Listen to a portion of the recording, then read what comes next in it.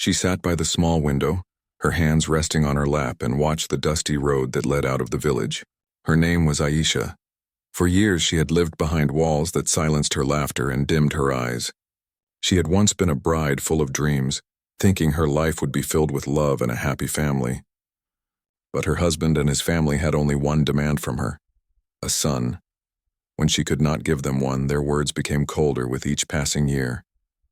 She gave birth to 2 daughters, both beautiful and full of life, but in that house they were treated like a burden. Every smile from her children reminded her of how cruel the world could be. She often prayed quietly at night, asking for peace, asking for strength, asking that her daughters might grow up somewhere kinder. The day everything fell apart was a day like any other. The sun was harsh and the air was heavy with dust. Her husband shouted at her again, saying she had brought shame to his name. The neighbors whispered. Some even pointed. One morning she was told to leave the house. She was not allowed to take her daughters. Her heart cracked in silence as she walked barefoot down the same road she had watched for years. For days she wandered, surviving on little water and food offered by strangers. People avoided her. In their eyes, she carried the stain of failure. But there was one man who stopped his bicycle when he saw her sitting near a well outside the village. His name was Karim. He was a retired teacher, a widower who lived alone in a small house surrounded by orange trees. He had taught in the village school for 30 years before moving to the edge of town after his wife's death. He noticed her worn clothes, her weak voice, and the way her hands trembled as she spoke. She asked only for water. Karim poured her a cup and waited until she finished. Something in her eyes, the quiet pain, the exhaustion, reminded him of the loneliness he had carried since his wife passed away. He asked gently where she was headed. She only said, "Nowhere." Her voice broke at that single word. Karim didn't ask more questions. He offered her food and a place to rest in his yard until she found where to go next. She hesitated, afraid of what people might say, but her strength was gone. That night she slept under the stars, wrapped in an old blanket he brought out. The next morning, Karim made her tea. He spoke very little, only asking if she wanted to eat. He didn't ask about her past, and that silence gave her comfort. Days turned into weeks. She began helping in the small garden behind his house, watering plants, cleaning the yard, cooking simple meals. For the first time in years, she heard someone thank her for her effort. It was a simple word, but it made her eyes fill with tears. Karim treated her with kindness that had no hidden meaning. He had lived through loss, and he understood how much healing a heart needed. In her presence, his house began to feel alive again.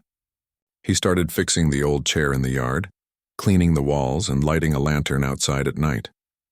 He hadn't done that since his wife's death. One evening, rain started to fall. She stood at the doorway, watching it pour over the dusty road. He came beside her with 2 cups of tea. The silence between them was peaceful. He said softly, "Sometimes life gives us storms to wash away old pain." She didn't reply, but something inside her shifted. That night she prayed not for strength, but for a chance to begin again. Months passed.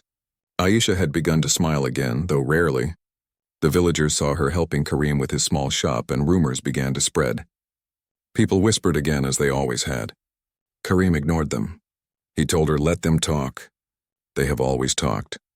She smiled faintly and said, "It's strange how kindness can make people angry." One morning, Aisha fainted while tending to the garden. Karim rushed to her side, helped her sit, and offered her water. When she regained her senses, she whispered that she had been feeling dizzy for weeks. He took her to the town doctor, an old friend of his.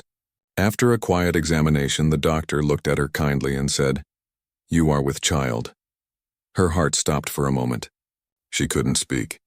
Karim looked at her, shocked but calm.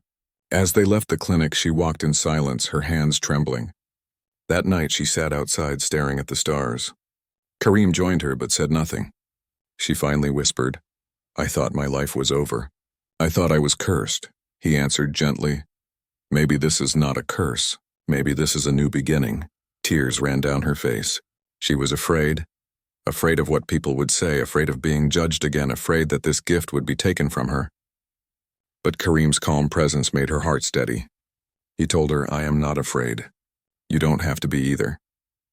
Days later, she decided to tell him everything: her past, her daughters, the cruelty she had faced, and how she had been cast out. He listened without interrupting. When she finished, she waited for judgment. But Karim simply said, "You deserve peace." That's all. It was the first time anyone had said that to her. As weeks passed, the world around them continued its gossip. Some said she had bewitched the old man. Others said she was a shame to the village. But Karim stood by her. He went to the village council and announced calmly that Aisha was under his protection and that she would stay in his house. His voice did not shake. That night she couldn't sleep.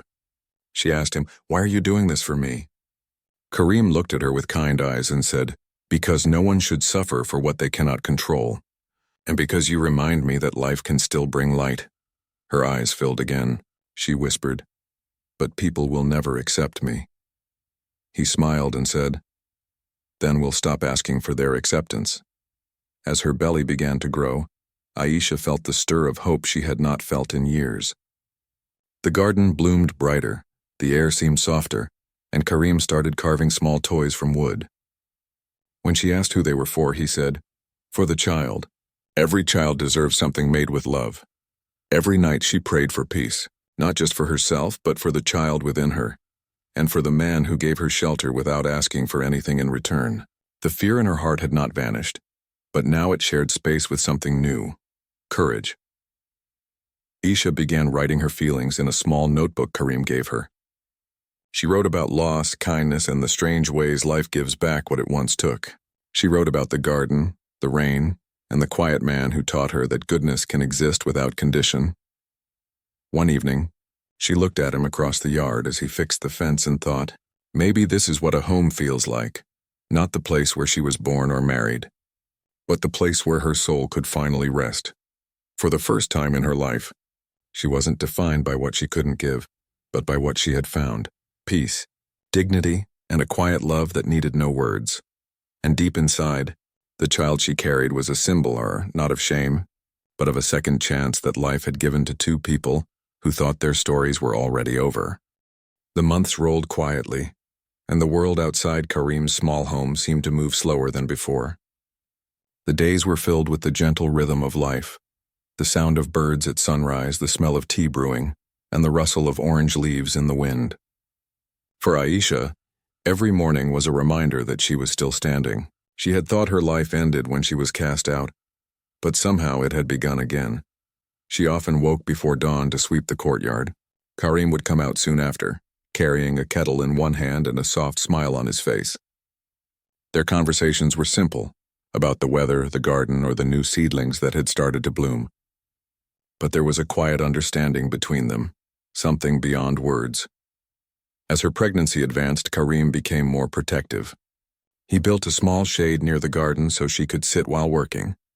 He fetched water, carried baskets, and even learned to cook simple dishes on days when she was too tired. Aisha would watch him, surprised at how easily kindness could exist when it came from a pure heart. Still, not everyone shared that kindness. Whispers followed her everywhere. Some people stopped coming to Karim's shop. Others spoke loudly when she passed by the market. One afternoon, when she went to buy vegetables, two women turned their faces away. Aisha lowered her eyes but kept walking. When she returned home, Karim noticed the sadness on her face. He didn't ask what happened. Instead, he said gently, "Do you remember what I told you the day you came here?" She looked up. "That people will always talk," he said with a smile. "Let them. Our peace doesn't depend on their silence." His calmness gave her courage. Slowly, she began to ignore the voices. She learned to walk through the market without looking down. Every time someone whispered, she reminded herself of the life growing inside her, the new beginning that no one could take away. One evening, the village head came to visit Karim. The man was old but proud, and his voice carried authority. He asked Karim why he was sheltering a woman with a past. Karim listened quietly and then said, "Because she deserves safety. That is not a crime." The man frowned and left without replying. Aisha heard the conversation from inside, her hands shaking. When Karim came in, she said softly, "You didn't have to defend me." He smiled and replied, "I wasn't defending you. I was reminding them what humanity means." Those words stayed in her heart for days. As the months passed, Aisha began to prepare for the child. Karim repaired the old cot that once belonged to his son, who had died years ago. He cleaned it with care and placed it near her bed. She watched him working and felt her heart ache, not from sadness but from gratitude. At night, they would often sit outside watching the stars. She would talk about her daughters and wonder where they were, if they were safe, if they missed her.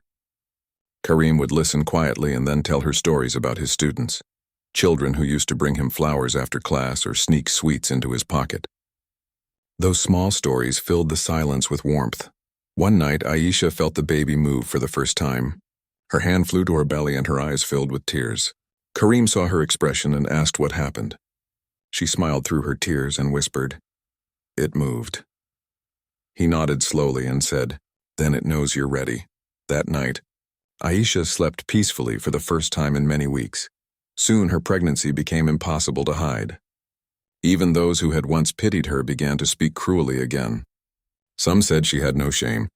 Others said she had brought trouble upon the old man. But Karim stood firm. He went about his work as usual, his calmness making it impossible for anyone to challenge him directly. When the local doctor visited again, he told Aisha everything was fine. He looked at Karim and said, "She's strong. You both are." A few weeks later, something unexpected happened. One of Karim's former students, now a young man, came to visit. He brought his wife and small child. When he saw Aisha, he greeted her with respect. During lunch, he said, "Master Karim, people talk, but I see peace in this house. You've done something good?" His words spread faster than the rumors. Soon others began to see things differently. The garden outside Karim's home was green again. His shop was busy and laughter sometimes came from their yard. People started to realize that maybe what they had judged so harshly was not shame, but grace. As the days went on, Aisha's strength grew. She began sewing small clothes for the baby, using old pieces of fabric she found in a box. Karim helped by cutting cloth with his steady hands, even though he pretended to complain about it. Sometimes they would both laugh, quietly, as if afraid the happiness might escape. But one night, the laughter faded into worry. A strong storm came, shaking the small house. The wind howled and rain poured through the roof cracks. Aisha clutched her belly and whispered prayers. Karim moved quickly, lighting candles, closing windows, and making sure she was safe. When she saw his calm face in the flickering light, her fear eased. In the middle of the storm, she said softly, "You have given me more peace than I ever thought I would have." Karim replied, "Peace is not something we give. It's something we protect." When the storm ended, the air was clean and the sky shone bright. A few days later, Aisha went into labor. Karim rushed to call the doctor and the midwife. Hours passed slowly, filled with worry and prayers. Finally, the soft cry of a baby filled the small room. Aisha wept silently as she held the child in her arms. Karim stood nearby, tears glistening in his old eyes. The baby was small and quiet, with dark eyes and tiny fingers that wrapped around Aisha's hand. For a moment, time stopped. Everything, the pain, the rumors, the years of suffering, disappeared. When the doctor left, Karim came closer and asked gently, "What will you name the child?" Aisha looked at the baby, then at him and said, "Amal." He smiled. "Hope," he said softly. "A good name." The months that followed were peaceful. Karim's house, once filled with silence, now echoed with the sound of a child's laughter. The villagers who had turned away began to visit again, some out of curiosity, some out of guilt. When they saw the happiness in that small home, their voices softened. Aisha welcomed them politely, but never asked for forgiveness.